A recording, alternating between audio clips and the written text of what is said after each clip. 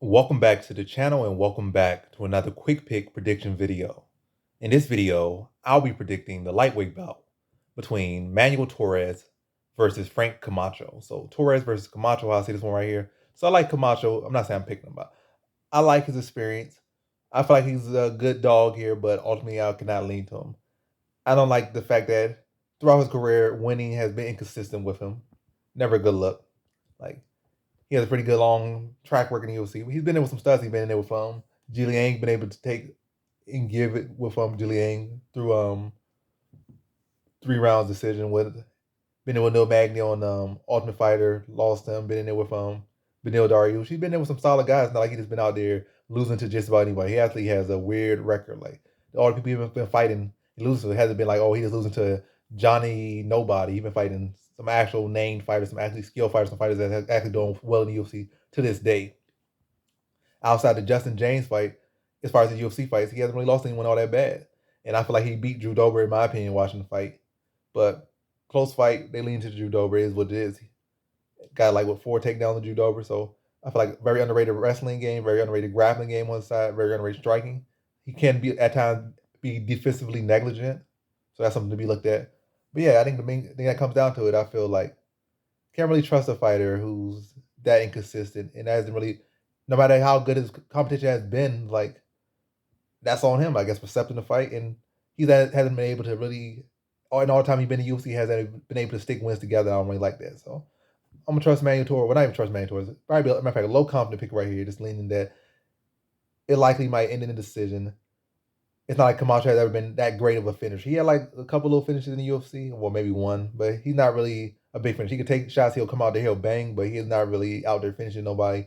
Man Torres, liking his fresher fighter, to see more improvements from him. Like, see, like he's getting better with each and every fight. He has that length, he has that reach, he has some pretty solid boxing. But like I said, he can make some improvements. And also, like a lot of these Mexican fighters, I feel like currently, like they're still developing. They're not the U.S., they're not Brazil, not Russia. Like they aren't as developed yet with their MMA game, but they're working on it. And I feel like a lot of them have weak wrestling games, weak jiu-jitsu games. And I feel like that's the area that could be exploited. I feel like Camacho can exploit that area, but I don't think he'll exploit it to the degree he needs to be to find a success. And if he does, it's not hasn't really been his style to do that to an extent. So it's like, if you do that, like, would you be able to do it to the extent you need to do it? So you don't do it to the extent you need to. And if you try, would that be a case of also you haven't fought in like what 2, 3 years now, coming off a big knockout loss, a big upset loss? Well, not a huge upset, but it was like upset. We got sparked, but yeah, I'm gonna like the longer rangier guy to be able to land his shots and give 3 shots to like 1 shot, or at least land his shots before Camacho get in to land his one or land his combinations. And really, I probably gonna see Camacho landing 1 or 2 shots at most of the time, where you can start to see Torres start to work behind a jab, maybe like double jab, maybe 3, 4 jabs, look at some front kicks, start landing some combinations, and catch Camacho as he comes in. I see this very close fight. I think Camacho, like I said, can get some takedowns in this one, maybe 2 takedowns, 3 takedowns, but not doing enough with it. Very close fight, probably split decision or close decision, some type of decision where Camacho, where basically I see Torres winning based on volume.